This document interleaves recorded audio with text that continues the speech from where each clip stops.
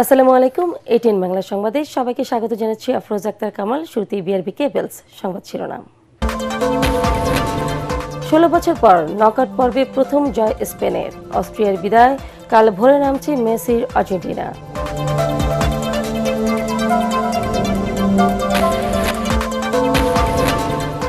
পরাজিত শক্তি জনগণের মধ্যে বিভেদ সৃষ্টির অপচেষ্টা চালাচ্ছে, অভিযোগ প্রধানমন্ত্রীর। নজরুল বর্ষের উদ্বোধন।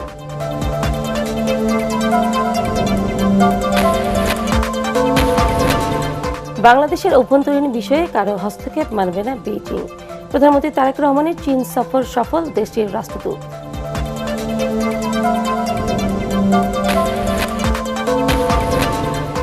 এবং অভিন্ন প্রশ্নপত্রে সারা দেশে এইচএসসি ও সমমানের প্রথম দিনের পরীক্ষা অনুষ্ঠিত। অনুপস্থিত প্রায় ২৫,০০০ পরীক্ষার্থী। ৩৬,০০০ প্রধান শিক্ষক নিয়োগ দেবে সরকার। শুনছিলেন বিআরবি কেবলস সংবাদ শিরোনাম, এবার বিস্তারিত। শুরুতেই আনোয়ার ইস্পাত বিশ্বকাপ সংবাদ।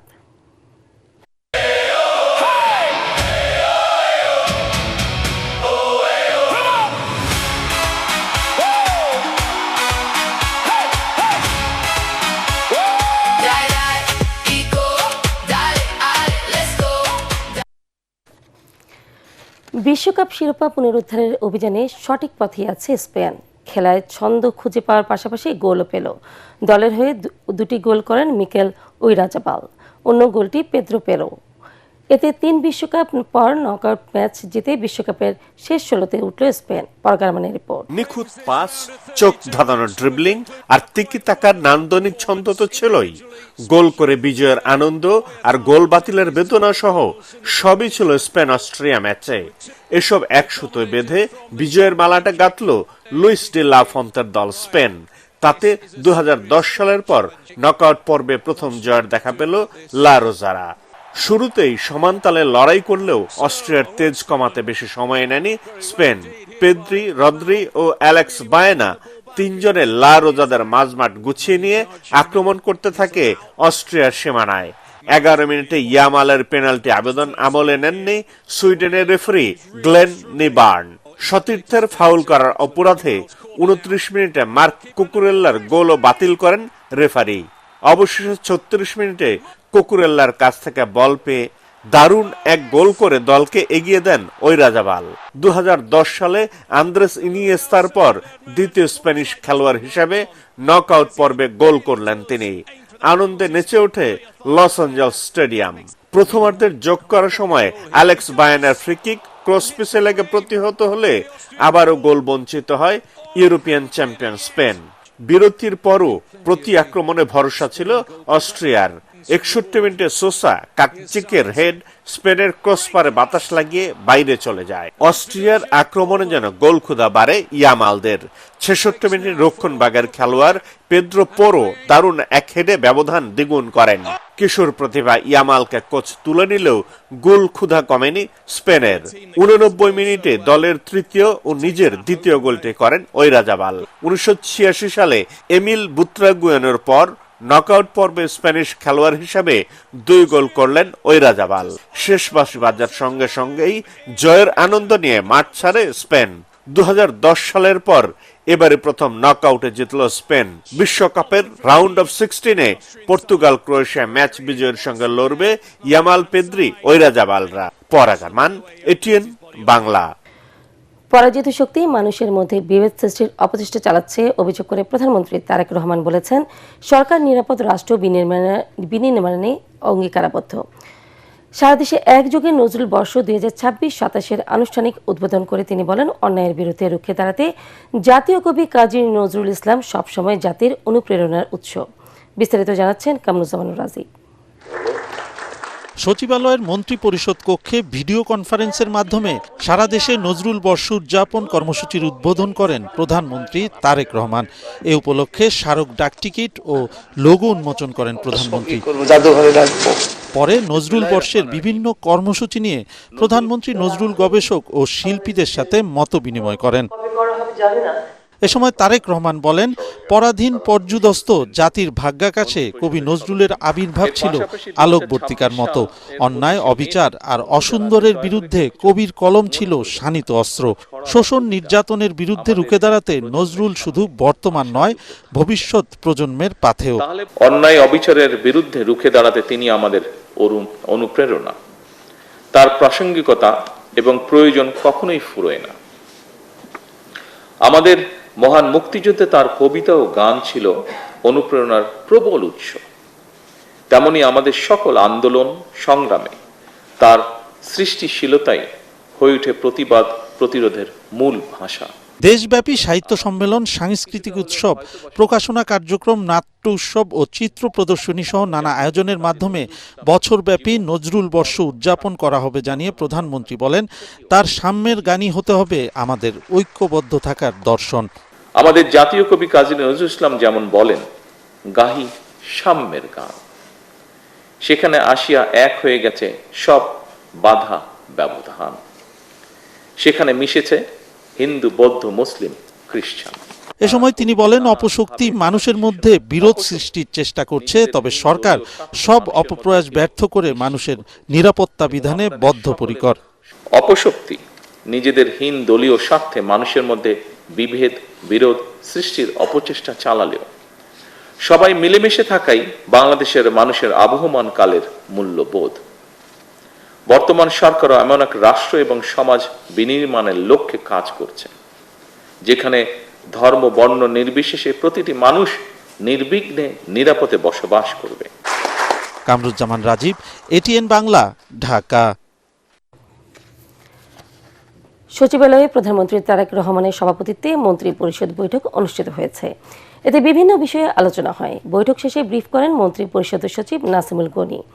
জানান, বিদেশিদের ভিসা দেওয়া সহজ করতে ভিসা পলিসি 2006 সংশোধনের প্রস্তাব মন্ত্রিসভায় আলোচনা হয়। যাচাই বাছাইয়ের জন্য অর্থমন্ত্রীকে সভাপতি করে একটা কমিটি গঠন করা হয়েছে। 2006 সালের পর 2026 সালে এসে নতুন করে ভিসা পলিসির খসড়া উপস্থাপন করা হয়েছে। মন্ত্রী পরিষদ সচিব বলেন, পারস্পরিক সম্পর্ক ও সৌহার্দ্য বিনিময়ের অংশ হিসেবে এবং বিনিয়োগ ও পর্যটন খাতকে আকৃষ্ট করতে এই নীতি প্রণয়ন করা হয়েছে।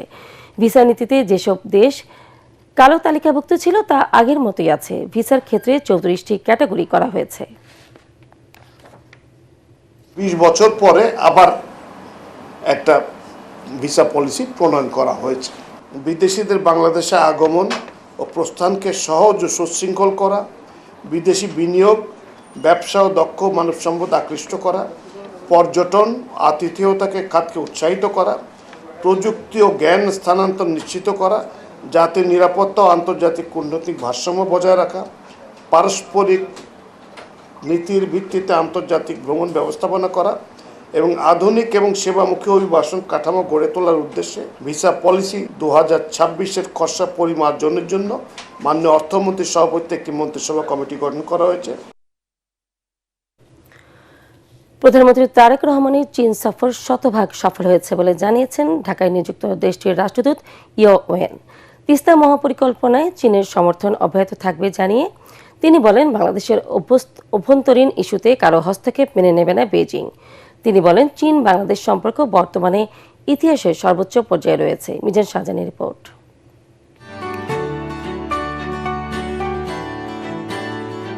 সম্প্রতি প্রধানমন্ত্রী তারেক রহমান চীন সফর করেন।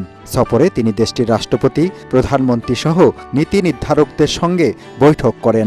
এসব বৈঠকে ঢাকা বেইজিং বিভিন্ন স্বার্থ সংশ্লিষ্ট বিষয়ে ঐক্যমত্যে পৌঁছায়। তিস্তা মহাপরিকল্পনা বাস্তবায়ন, চীনা বিনিয়োগ সহ অনেক বিষয়ে আশার আলো জ্বালিয়েছে প্রধানমন্ত্রী হিসাবে তারেক রহমানের প্রথম চীন সফর।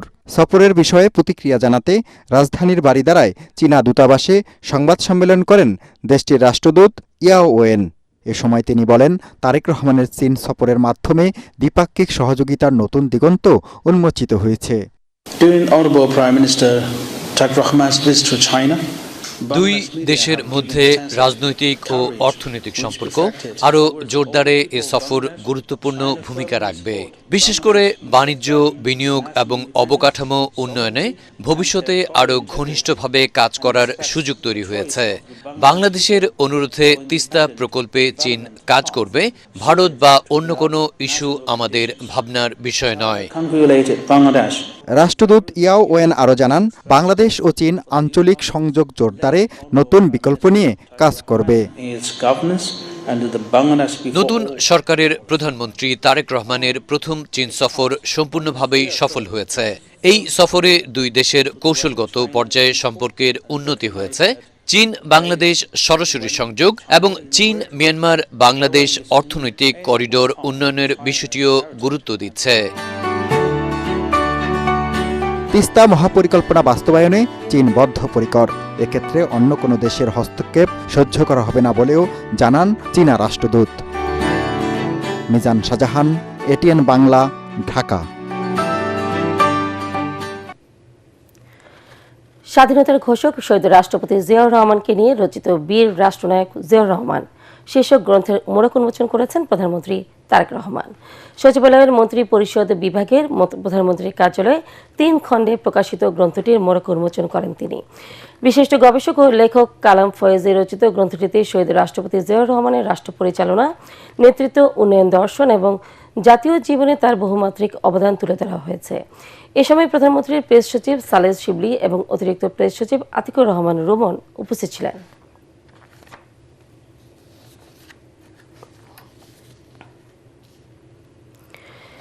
সারা দেশে শুরু হলো এইচএসসি ও সমমানের পরীক্ষা। অভিন্ন প্রশ্নপত্রে অনুষ্ঠিত হয় প্রথম দিনের পরীক্ষা। এবছর মোট পরীক্ষার্থী 12,70,587 জন। নিয়মিত শিক্ষার্থীদের মধ্যে 36% অংশ নিচ্ছে না এবারের পরীক্ষায়। শিক্ষামন্ত্রী জানান, প্রস্তুতির অভাবে কমেছে অংশগ্রহণ। আগামীতে পরীক্ষার্থীদের অংশগ্রহণ বাড়াতে উদ্যোগ নেবে সরকার। আরও জানাচ্ছেন মুশফিকুর রহমান। অভিন্ন প্রশ্নপত্রে এবারই প্রথম এইচএসসি পরীক্ষা দিচ্ছে দেশের প্রায় 13 লাখ শিক্ষার্থী। প্রচণ্ড যানজট ঠেলে কেন্দ্রগুলোতে আসেন পরীক্ষার্থীরা। পরীক্ষায় নকল ঠেকাতে তল্লাশি করে পরীক্ষার্থীদের কেন্দ্রে ঢোকার অনুমতি দেন দায়িত্বরত শিক্ষক ও আইন শৃঙ্খলা বাহিনী। আসলে আমি পড়ালেখাই করি নাই, আমি আজকে জাস্ট পরীক্ষা দিতে আসছি, আমি কিছু বলতেও পারতেছি না, আই এম স্পিচলেস। তেমন একটা ভয় লাগতেছে না, কারণ আলহামদুলিল্লাহ আমরা যতটুকু প্রিপারেশন নিচ্ছি বাকিটা আল্লাহ ভরসা। কেন্দ্রের ভেতরে যখন পরীক্ষা চলছে তখন বাইরে অভিভাবকদের অপেক্ষা। সন্তানরা যাতে ভালোভাবে পরীক্ষা দিতে পারে সেই প্রার্থনায় ব্যস্ত অনেকেই।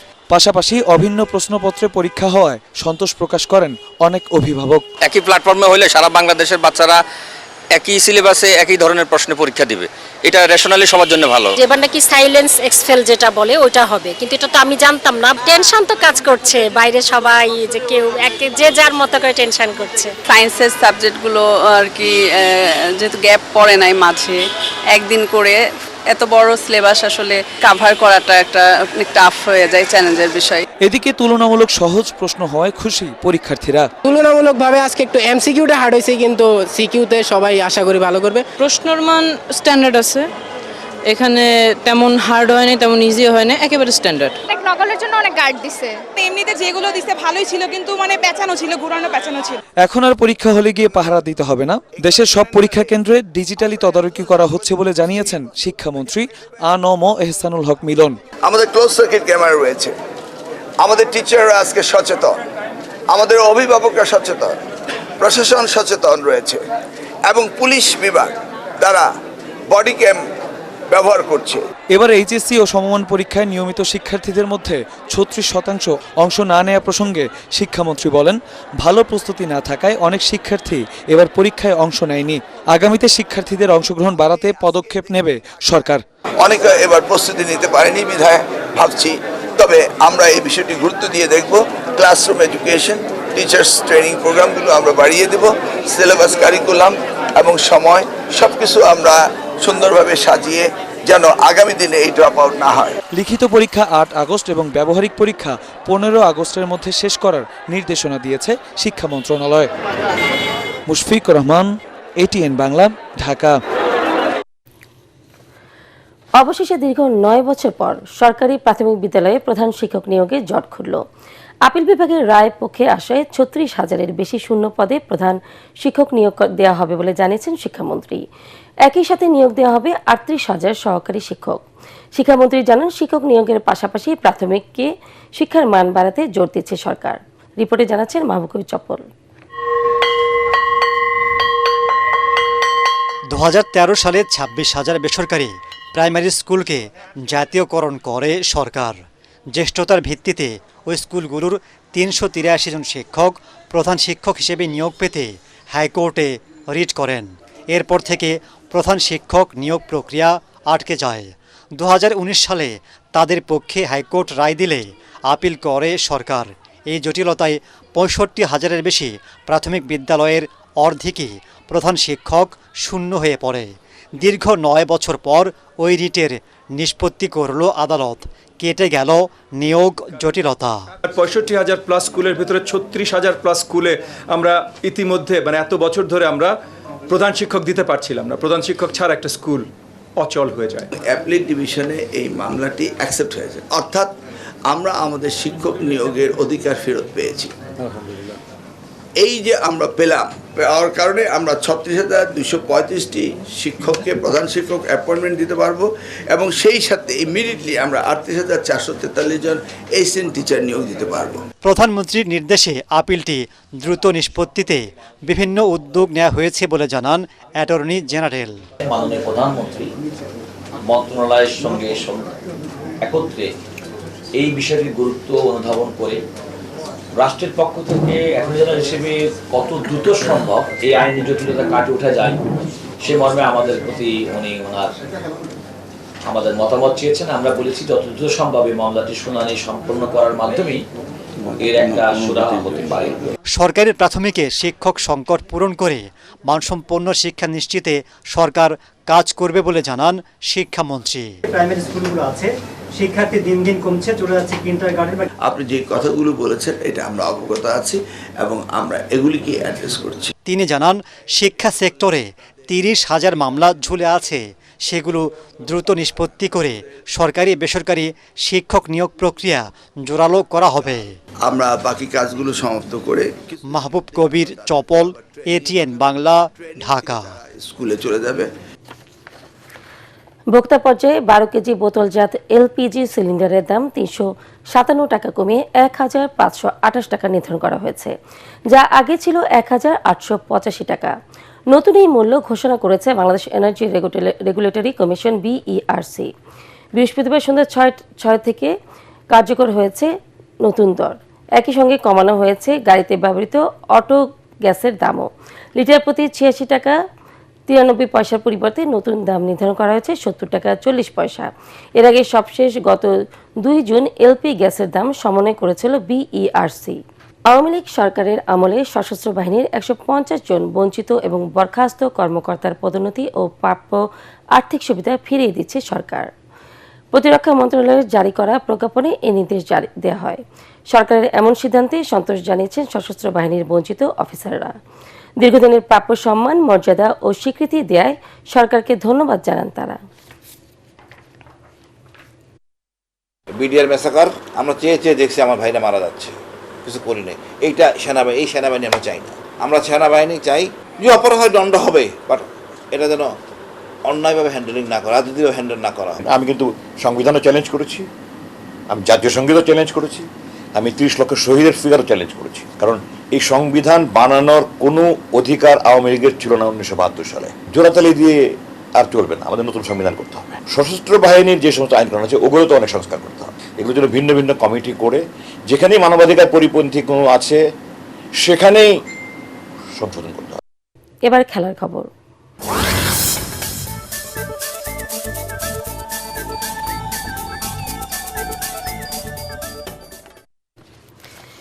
বিশ্বকাপ ইতিহাসে বড় অঘটনের জন্ম দিতে পারে কেপ ভার্দে, এমন কথা অনেকেই বলছেন। মেসিদের কোচ লিওনেল স্কালোনিও নতুন এই দলটি নিয়ে সিরিয়াস। এরই মধ্যে তিনি তার শিষ্যদের সতর্ক করেছেন। আর্জেন্টিনার কোচ গণমাধ্যমকে বলেছেন, কেপ ভার্দেকে কোনোভাবেই অবহেলা করা যাবে না। তিনি স্পষ্টভাবে বলেন কেপ ভার্দের শক্ত প্রতিপক্ষ। এই দলটি স্পেন, উরুগুয়ের মতো শক্তিশালী প্রতিপক্ষের সঙ্গে লড়াই করে নকআউট উঠেছে। শেষ করার আগে বিআরবি কেবলস সংবাদ শিরোনাম আরো একবার। 16 বছর পর নকআউট পর্বে প্রথম জয় স্পেনের, অস্ট্রিয়ার বিদায়, কাল ভোরে নামছে মেসির আর্জেন্টিনা।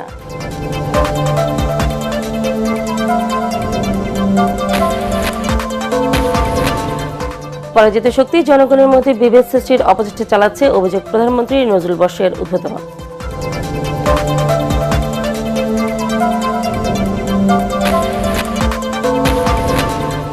বাংলাদেশের অভ্যন্তরীণ বিষয়ে কারো হস্তক্ষেপ মানবে না বেইজিং। প্রধানমন্ত্রী তারেক রহমানের চীন সফর সফল, দেশটির রাষ্ট্রদূত।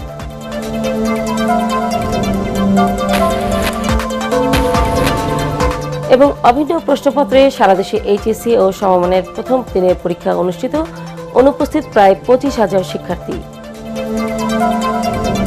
36,000 প্রধান শিক্ষক নিয়োগ দেবে সরকার।